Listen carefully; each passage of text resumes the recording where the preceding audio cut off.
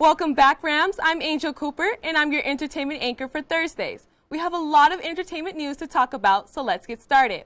School of Rock, and no, I'm not talking about Jack Black's School of Rock, but same name, is hosting its grand opening this Saturday on October 10th at Foothills Shopping Center in Midtown, Fort Collins.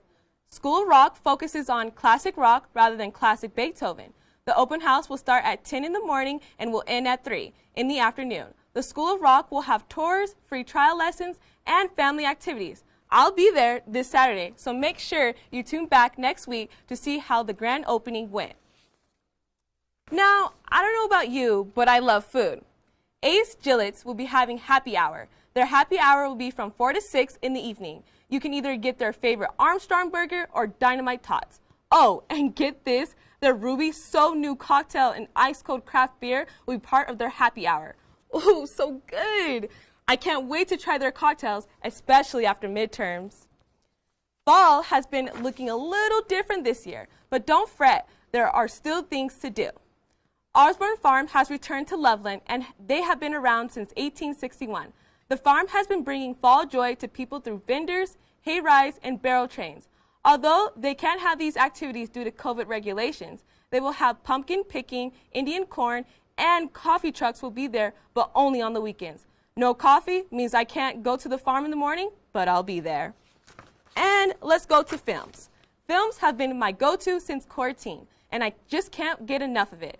CSU ACT's Human Rights Film Festival is having their 5th annual Fifth Festival online right now until the 10th.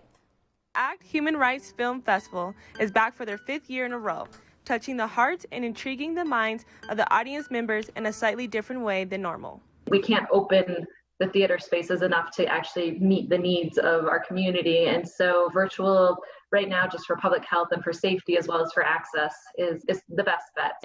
Usually, the film festival is here in the Laurie Student Center Theater, but due to COVID, the film festival will be virtually online. All volunteers and employees will be working on the film festival in the comfort of their own home. The pandemic really showed the fissures in our society in the United States as well as globally, and showed the unequal effects. Not that the injustice wasn't there before, it just suddenly was much more apparent when the whole world was in crisis. As of right now, filmmakers are not letting COVID-19 stop them from making films. Most of the filmmakers I talked to are creatively working in ways that are just innovative and impressive and overcoming. Beyond following coronavirus regulations, some filmmakers ran into other issues while filming their stories. Many deep kind of struggles, but I think one of the most important ones was convincing the ladies in the film to be filmed. Having the film festival be online helped increase their audience. People care enough to dig into the content and really engage with human rights and social justice content right now is probably my favorite part. Talking to someone in charge of the CSU Human Rights Film Festival was very educating and made me more invested in the festival. I might just want to create a film and send it their way.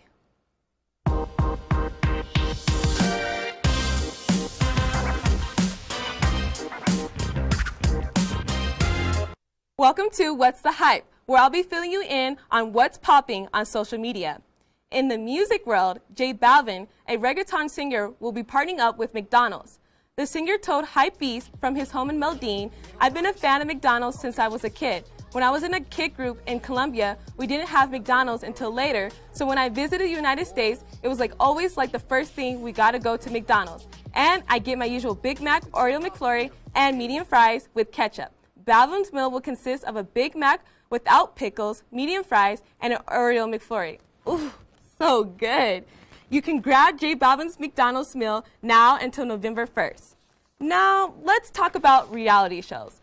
Love Island Season 2 ended last week on Wednesday. After surviving a month of dumpings, recoupling, and Casa Amor, America chose their favorite couple out of the Final Four to win $100,000. The Final Four couples were Justine and Caleb, Sally and Johnny, Laurel and Keratin, and Maura and Calvin. America chose Justine and Caleb. Congratulations to Caleb. And Justine and Caleb didn't hesitate to take home $50,000 each. They were the first black couple to win on Love Island. Just wow. I could use that money for student loans. Just saying. Now, let's talk about movies. Netflix announced it will release a series about life of Selena Quintanilla. The actress that will be playing her will be Kristen Cetris, who played the leading role, The Walking Dead. The series will be about Selena's childhood and how she rose to fame. Part 1 will only consist of 6 one-hour episodes.